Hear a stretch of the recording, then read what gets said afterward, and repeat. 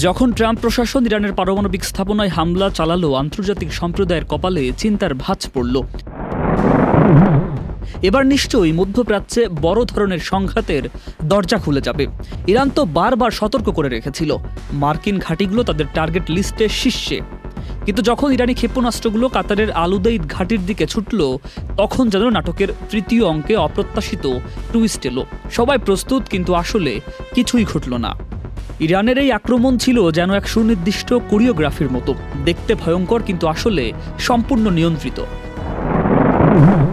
মার্কিন বাহিনী আগাম সতর্কতা পেয়ে ঘাঁটি শূন্য করেছিল, আর কাতারের ডিফেন্স সিস্টেম কাজ করছিল যেন একদম পারফেক্ট স্ক্রিপ্ট অনুযায়ী।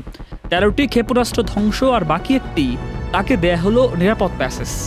ইরান পারত লোহিত সাগরে জাহাজ আটকাতে, হরমুজ প্রণালী বন্ধ করতে, কিংবা হিজবুল্লাহর মাধ্যমে ইসরায়েলকে আঘাত করতে, কিন্তু তারা তা না করে বেছে নিল প্রতীকী হামলা। কারণ গত কয়েক মাসের সংঘাতে ইরানের মিত্র গোষ্ঠীগুলো হুতি হিজবুল্লাহ ক্লান্ত। এলএমই সার্টিফাইড বিশ্বসেরা কপারে তৈরি ওয়ালটন কেবলস, যা আপনার স্থাপনাকে রাখবে সব সময় নিরাপদ। ওয়াশিংটনের গবেষণা সংস্থা ISW এর বিশ্লেষণ বলছে, ইরানের প্রতিরক্ষা অক্ষ এখন দুর্বল এবং তারা বেছে নিল সবাইকে খুশি রাখো নীতি।